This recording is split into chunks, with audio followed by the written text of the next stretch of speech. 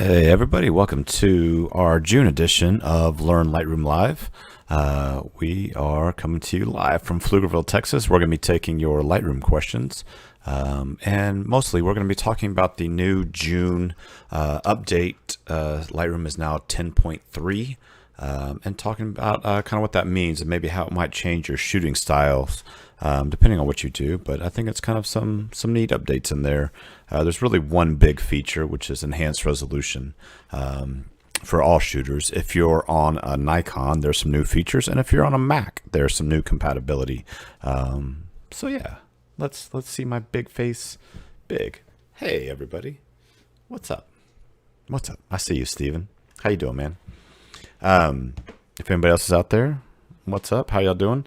Yeah, we're going to be talking some of the new features, right, that Lightroom came out. They usually do a June update. It seems like they do like their big updates in June, and I don't know, usually around October they do another round. And so for this update, the big feature is enhanced resolution. And I'm going to show you some examples of that. And then talk through some of the other stuff that they're doing as well. So yeah, let's take a look. I'm going to go ahead and flip over full screen. Let's see. Oh, there we go. So here we have a dragonfly. I know what you're thinking. How many people shoot dragonflies with a 35 prime? But that's just the camera that I had with me when I saw this really cool red dragonfly. So I ran up to it and got really close and shot it at f2, right? If you really want that nice depth of field for wildlife photos, shoot wide, shoot close, and shoot wide open. I don't know if that's the way, but it does give it a different look. So I just want to point out, I shot this on my Canon R6. If we look at the resolution, it is 5400 by 3600. And from that resolution, very easy to print, 12 by 18, I would say maybe 16 by 24, right? So if this was like a number one print, or, this image was great in some way. This is not a great image, but just as an example, I could print it at almost any size, plenty of resolution. But what I want to show you is, this is after I edited the photo. I had to crop in, right? So if we crop in, we can see that I probably went, I don't know, about 50% of the way cropped in to get what I wanted. And I think this is a more dramatic image, right? But if you look at my resolution now, it's 3000 by 2000 pixels. And that is roughly an 8 by 10. You may be able to get a little bit more than that, but that's pretty much, you're starting to get pixel limited on bigger prints. Okay, so I think this is a common issue with wildlife shooters, with sports shooters. Generally, wildlife and sports shooters are shooting maybe something like the R6 or something that's in that 20 to 24 megapixel camera range. And as we crop in to really make it a dramatic photo, we might lose 50% of our pixels. Well, what do we do, right? So Adobe's been playing with this for a little while now, but now it's actually baked into Lightroom, which is really neat. So what we could do, we can just right click on this image. Okay, we can go to enhance.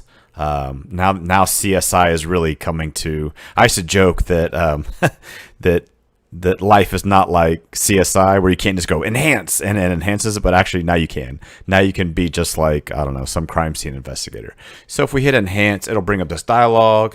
It'll go, hey, super resolution, and it'll double both dimensions. So it's going to give you a 4x increase in size. So we would hit enhance, and then what that does is this photo looks almost identical. But if you notice now, my resolution went from 3000 to 6000. And so now we're back to the resolution that we started with, which was roughly 6000 by 4000. And from this resolution, I feel confident printing all the way up to probably 18 to 24, maybe a little bit bigger, maybe 24 to 36. I'd feel very safe in printing there. You might be able to go bigger, but that's a very good safe zone. So it doubles back your resolution. Basically, it doubles the horizontal and the vertical, and so it gives you a 4x resolution increase. And if we go ahead and zoom in, I think it handles the details pretty well. Like, it does a pretty good job. Let's look at this dragonfly's wings. Like, that looks pretty good. Hey, Donna, how you doing? Right, so this is the enhanced version. We can see because it adds that enhance.dng. The other cool part about it is it keeps it as a DNG, so you still have all of that file flexibility. That if you exported a RAW and took it in a JPEG, sure, you could do some things, but you're losing some of that file extensibility. So this looks really good, right? I'm going to flip back over to the original real quick, and let's zoom in on the original wings. As it loads, right? And so that's pretty good, right? So this is the original unenhanced that we're looking at right here. And if we look at the fine detail in the wings, and if you look at our navigator, you can really see like how much we're punched in. And then let's look at the same file again. Same zoom factor, 100% zoom on the enhanced. Let me let it render. And I think there's a little bit of noise maybe introduced, but man, in a print, I bet that's going to look pretty doggone good. So yeah, I'm pretty impressed with super resolution. Let's take a look at another file. So I was curious how it would work on an HDR, and so I did this. I'm gonna talk through a little bit more of this photo, but this is me just setting my camera on the ground to get a cool perspective on a sunset out in West Texas last week. And I was really trying to focus on these jumping cactus that Steven is so familiar with. Only had to pluck a couple out of his arm. But this is the R6 straight out of camera, ready to go file, right? And so this is 3 images combined. It's a -1, -4, +2 file. Okay, so if we're shooting aperture value mode, I usually don't shoot it at 0. So I'm usually like -1, -4, +2. And that gives me a pretty good range to cover. So this is 3 photos put together.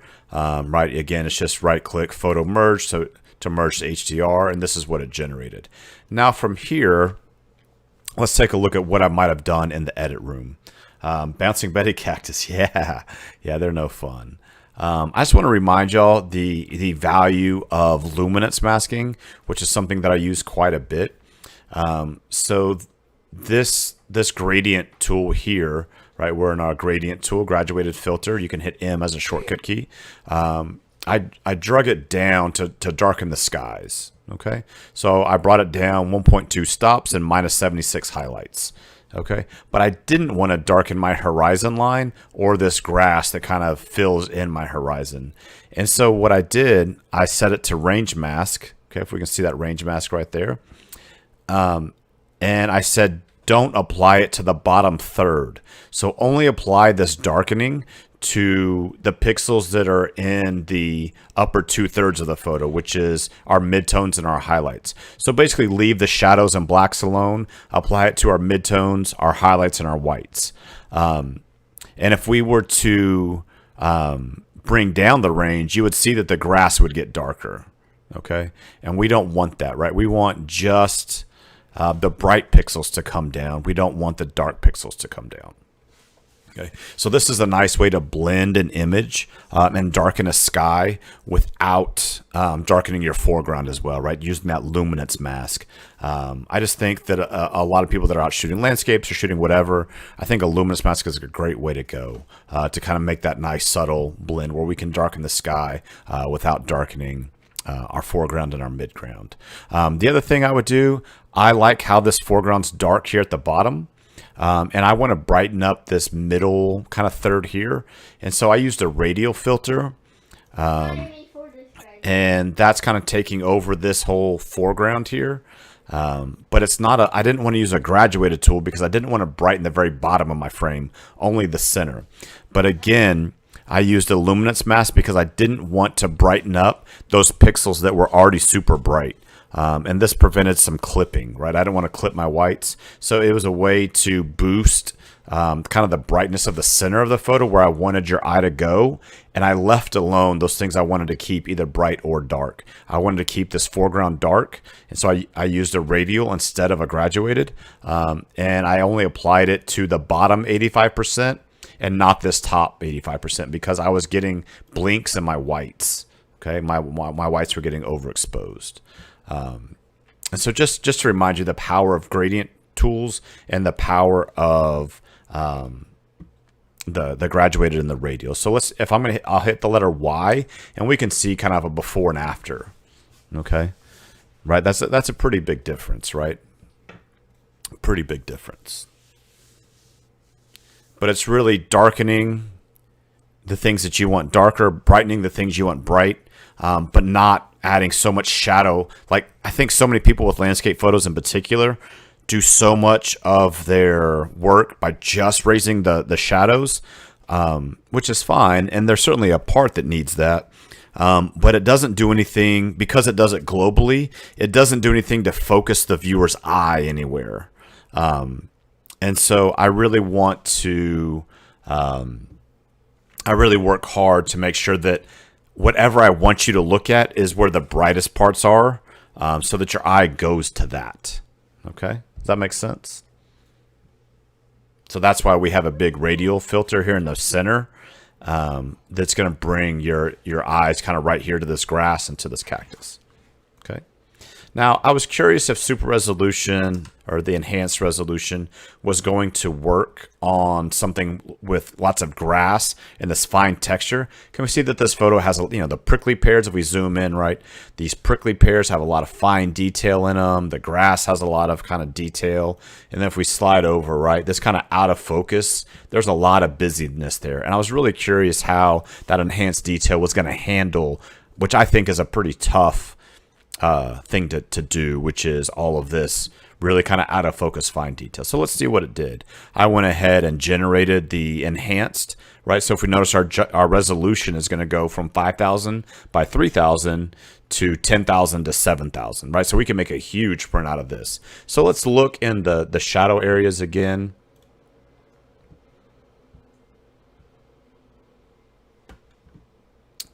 I'm going to back up my zoom just a little bit. And I think it does a really good job of keeping the grass. I think it does a really good job. I think there's a little bit of stutteriness here in this plant. There's a little bit of stutteriness there.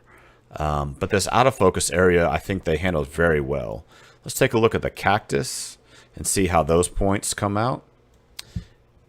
And again, I think that's pretty good. I think right through this zone right here in the center, I do think there's a little bit of jutteriness. I don't know if that's the right word, but if you look at this prickly pear right here, especially, there is a lot of kind of jaggies, I think. And so it's not a perfect thing. This technique is not a perfect technique. I don't think it is. It's not perfect. It's getting better, and it'll always get better. It'll only get better from here.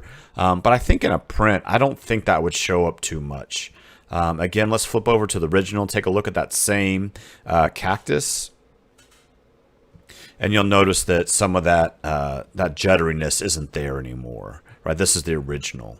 So it's using machine learning. It's using probably some AI-powered something or other to generate these files. I think the original does have more clarity and less juddery. But like I think in the Dragonfly, I think there's absolutely a time and a place where it's going to be a great tool to have. I wouldn't fall back on it on every photo, but I think it's absolutely a good tool to have in your quiver. Okay. Any questions on that? What's up, Mark? How you doing, man? Good to see you. Good to hear from you. Yeah. Okay. So one of the other, let me flip over back to me for a second. So a couple of the other big updates for this June Lightroom update.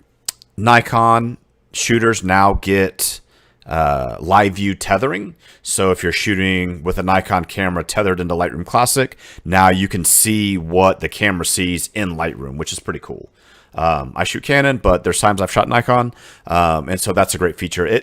in the October update, Canon got this feature, and now Nikon has it. So that's a really neat feature, right? For shooting tethered product or whatever you're shooting, being able to see on your screen, you know, your camera might be mounted in a weird location where you can't see the back of the screen. And so being able to see it in Lightroom and then make adjustments based on that, that's pretty cool, right? That's kind of bringing it up to parity with what Capture One can do in that arena.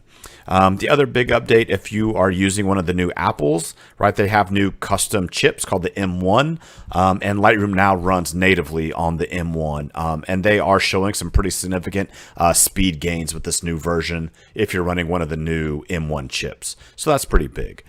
The other thing that is new, they have added new Lightroom Develop module presets. Let's take a look at a couple of those. So we're going to go over to a photo that we took of a good friend of ours, Miss Kayla. We were doing a fitness shoot.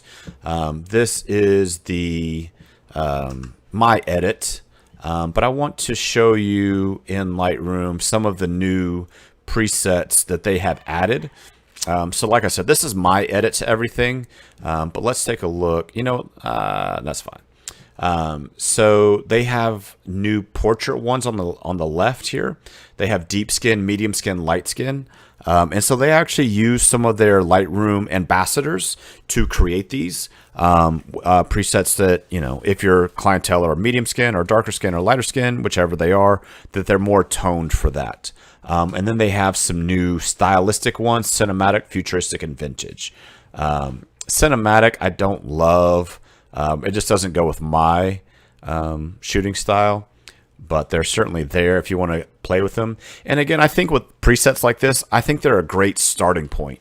I think if you kind of like it, go ahead and click on it, and then you can make your adjustments based on that. Futuristic is probably more my jam, higher contrast, more punchy, but use them as a starting spot. Even the presets that you buy, I don't know that I would use them 100% out of the box. I would take them and kind of reverse engineer them, see what they're doing, see what they're creating as a way to learn how to build your own looks. But these are pretty cool. I don't know that I would use them on this one specifically, but you know, they definitely have some cool looks to them. And so just something new to play with. But these are a neat thing. They also have some travel ones. I haven't played with those too much yet. But yeah, just something to learn. They are there if you want to use them and play with them. Again, I think for presets, learn how to create your own by, you know, using or buying some and then breaking them down and tearing them apart and kind of figuring out which parts you like, which parts you don't like, and then going from there. So yeah, so many new presets. I know. More things to play with. Right, the original ones were these color, creative, BW, and portraits, and the new ones are up here at the top. They are called premium presets.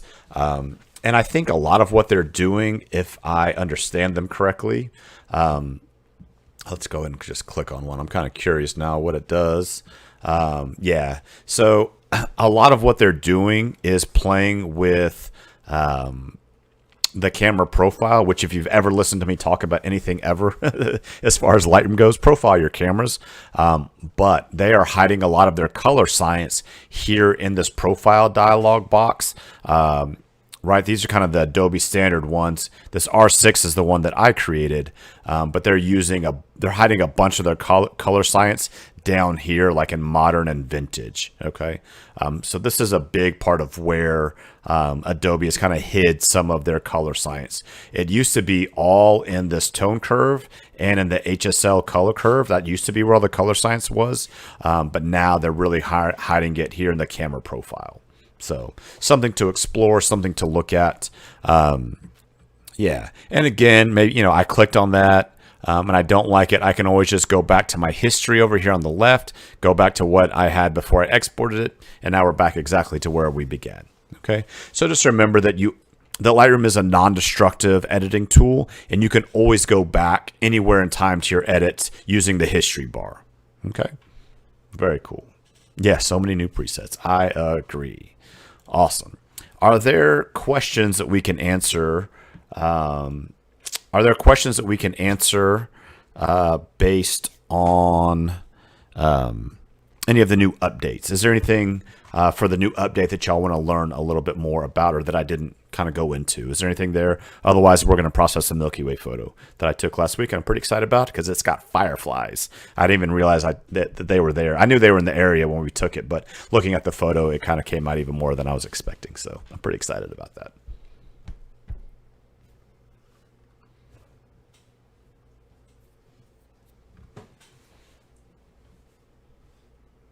Going once. Going twice. Going 3 times. All right, let's take a look. All right, let's go ahead and flip back over to Lightroom here. So we just had a very fun Milky Way camp out in West Texas last week. I don't know. A week and a half ago. Time has been weird to me. I don't understand time anymore. But this was one of our first night's photos. We were shooting at this really cool little like water oasis, and we were using some really small Luma cubes, and just kind of doing some really long exposure light painting, just very subtle light painting, nothing like crazy. But if you notice in this photo, there like this green streak right here, that's a lightning bug. And if you notice all of these, this is maybe one lightning bug doing his little dance as he was dancing around. And they're just kind of spinning around. And then over here, I think that may be a comet. I'm not sure if it's a lightning bug or not. But it's pretty cool. I don't know that I've ever gotten a Milky Way lightning bug combo photo. I was also testing out the Sigma 14 1.8 for Astro. It did some weird things in the corners. I'm not sure if this one's perfectly focused, but I've never had square stars before. So they're pretty sharp over here, and then something's going on over there. I'm not really sure what it's doing, but I got square stars. So that's a new one to me. But in the center, they're pretty good. So I don't know. Good times. So let's kind of process this. And I think that when I process photos, I love kind of saying out loud what I want to do to it. So first thing I notice is that my horizon is a little bit off. Everything's tilting a little to the left. So we'll start with our crop tool and level our horizon. The other thing I notice is that my image on the left is a little bit brighter than the image on the right, or the left-hand side of the image is brighter than the right. So I want to even that up. And then I definitely want to bring out some detail in the Milky Way and try to make that pop a little bit more. So let's just kind of go through it. So the first thing I always do, again, starting with our profile, I'm shooting this on my Canon R6, and I created an R6 profile based on shooting the X-Rite Color Checker Passport 2. So let's see what those colors do when I select this profile. Different, right? A little bit more blue, a little bit more green, okay? And so that, again, Adobe Standard, kind of flatter. And then we go to this one, I think a little more saturated, a little bit richer color. So I'm already starting from a better point. So the next thing I would always do, especially when shooting with a crazy wide angle lens like this, is enable profile corrections. Now, I don't like the vignetting. I generally just take the vignetting down. I might do something like 25 where I want it slightly brighter in the corners, but it just introduces way too much noise in the corners. So generally for me, that is all the way to 0. But I do want the distortion corrected, but I don't want the vignetting corrected. That's just me. Noise reduction, I did have to shoot this at 6400 ISO. So I'm going to go ahead and do some of the noise correction here. And I'm just going to raise that to 15 and 15. We're going to take this into Photoshop in a little bit, and we'll do the rest of the noise correction there. Okay. So, and I shot this at 20 seconds. I was playing around with this lens. Later in the trip, I ended up shooting this closer to 15 seconds, just to keep my stars from moving a little bit more. And so even at 14 mil, where I've been using the rule of 300 more than the rule of 500 to make my Milky Ways a little bit sharper. That does boost my ISO, right? 15 seconds to 30 seconds.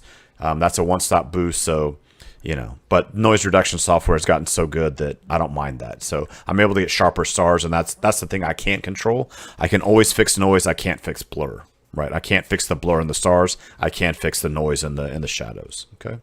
So let's work on just kind of the global adjustments. If we start, right, I do want to bump up the shadows. This kind of mid-horizon is really dark. So I'm just going to start by bringing a little bit of detail in there. And then I'm going to raise my blacks up just a little bit, maybe 25. And that's just going to give me a little bit of detail back in that mid where it's not just, blacked out. There's going to be a little bit, but not too bad. Okay. The next thing I see, I feel like this photo's got a little bit too much red in it, especially on this left-hand side. So I'm just going to bring my white balance just a little bit greener, maybe like -5 units of green. And I might make it a little bit more blue. So let's go to 2900. I don't know, I just kind of like the way that looks. We can go ahead and hit Y, see where we started, see where we are, just to make quick sanity checks. And I think that's looking better. Okay, let's go ahead and fix the sky. Kind of let's add some detail into our sky. So again, we're going to start with our graduated filter. Okay, and I'm going to bring down the shadows in the sky because that's going to increase our contrast. And I'm just going to drag down from the top, and let's drag that down some more. So like maybe -50. Let's add some dehaze. Okay, it's just going to kind of punch it up. Let's add a little clarity and a little texture. Okay. We're going to bring down the highlights a little bit in the sky as well. And I want to darken that sky just a touch. Okay. So we've started kind of processing again just to show where we are so far. Now I noticed that when I changed my white balance, the Milky Way is really starting to get washed out. So let's do a radial filter now, and let's really work on kind of the Milky Way. So let's add more dehaze. Okay, and I'm just going to kind of create a zone to really bring that out. Okay, generally I like my feather somewhere between 80 and 100. In this case, I'm just going to make a big area, and we're really going to crank that dehaze up. Let's bring my shadows down. Let's bring my whites up. Okay, and just kind of make this area pop a little bit more.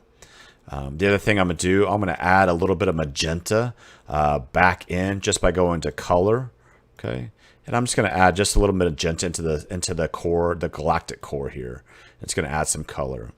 Now, it might be a little much, and so right, it's always editable. And so I'm going to go back to color, and I'm going to bring down my saturation. That was maybe a little too much. Let's go to like 10%. I just want to add a little bit back in. Okay, that looks a little more natural. Okay. Some other things I want to do. I think that left side is a little too much.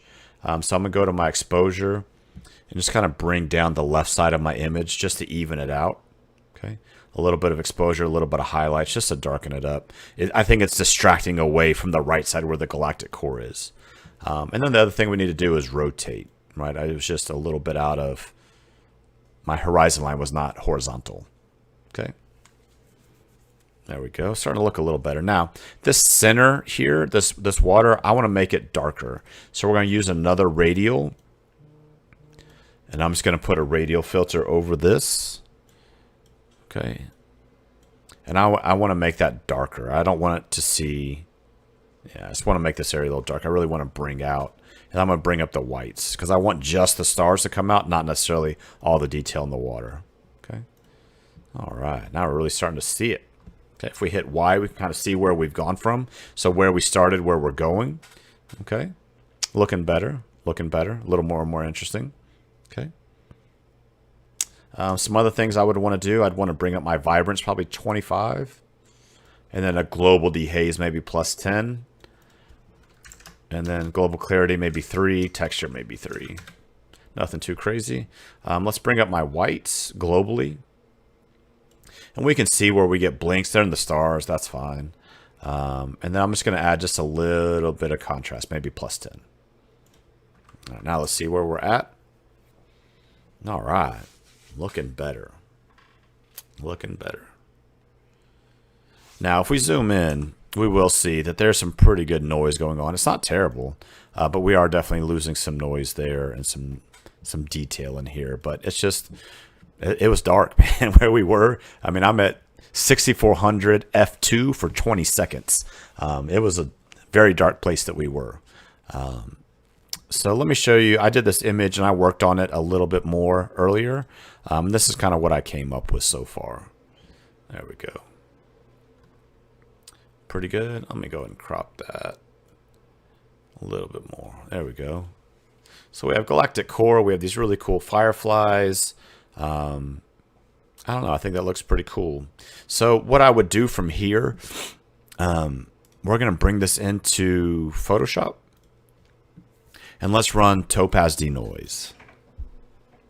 I've been super impressed with Topaz De Noise. It's quite frankly pretty amazing what it can do. But I'm going to show you a little trick because I think it can be over aggressive. But I'm going to show you something that I do with it just to make it a little bit better for me. So we're exporting that raw directly into Photoshop. We'll round trip this entire image. Okay. First thing I do, Control J, and it's going to create a new layer. Okay. And then let's go ahead and run Filter, Topaz Labs, Topaz De Noise AI. In this case, I'm going to run the low light version. Okay. And it's going to render, and that's going to take a few seconds. Okay. Pretty crazy. Look at this detail here versus over there. Like that's pretty amazing. Let's go ahead and hit apply.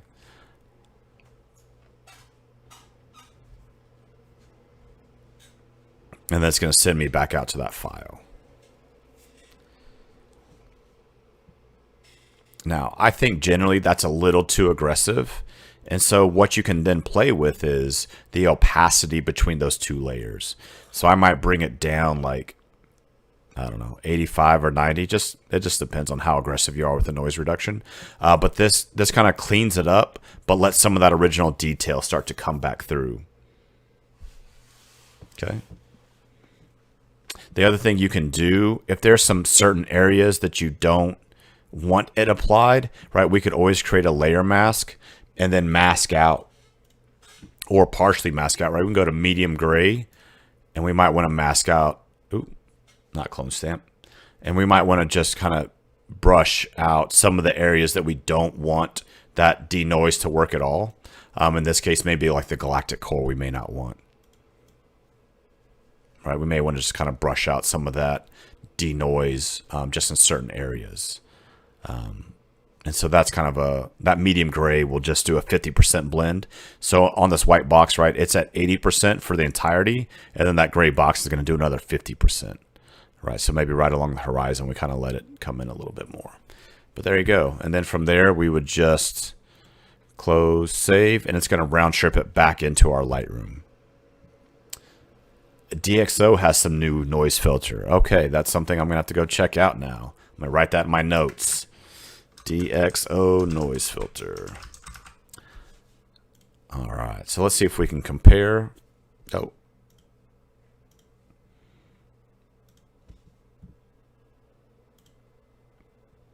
So that is our edited version, and this is our before we brought it into Lightroom. I mean, before we brought it in. Look at the detail, especially like in this area. We'll zoom in there. So look at the detail there versus the noisy original version. Can y'all see that difference? I don't know if it's coming through in streaming. So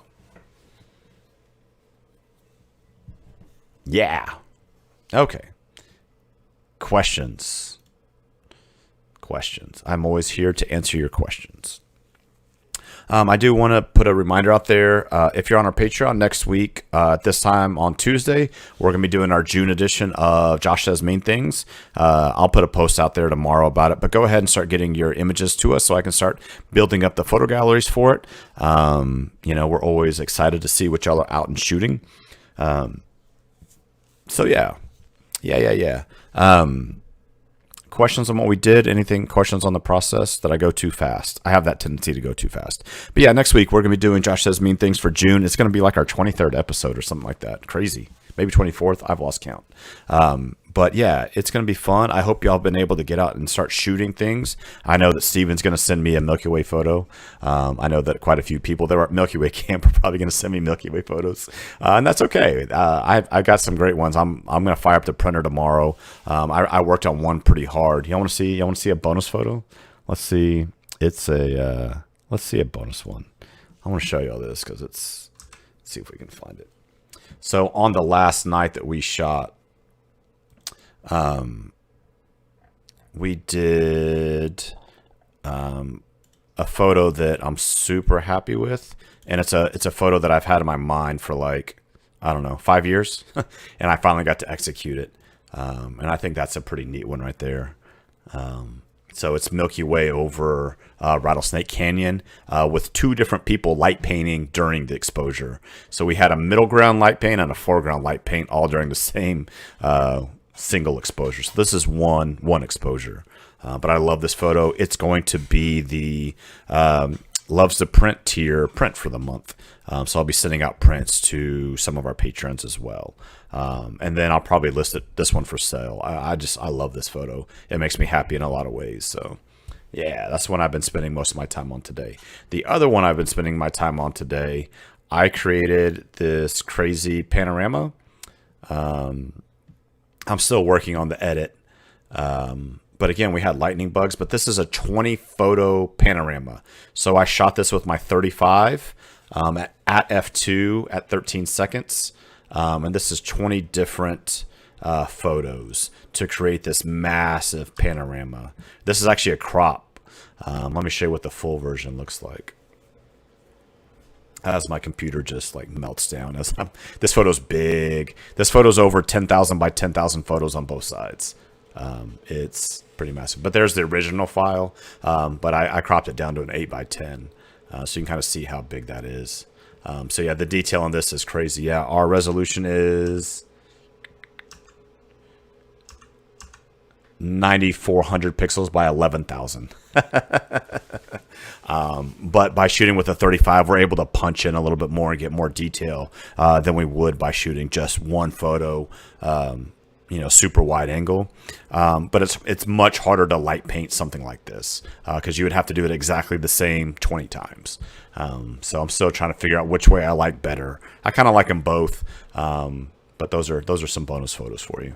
So you'll be seeing more of these, I'm sure. I'm still working on this. And there are some lightning bugs in the canyon too. If I zoom in, that's a lightning bug there as well, which I think is pretty neat. So yeah. All right, guys. Next week is going to be Josh Says Mean Things. Same time, 7:30. If you have any other questions, yeah, just let us know. We're always here.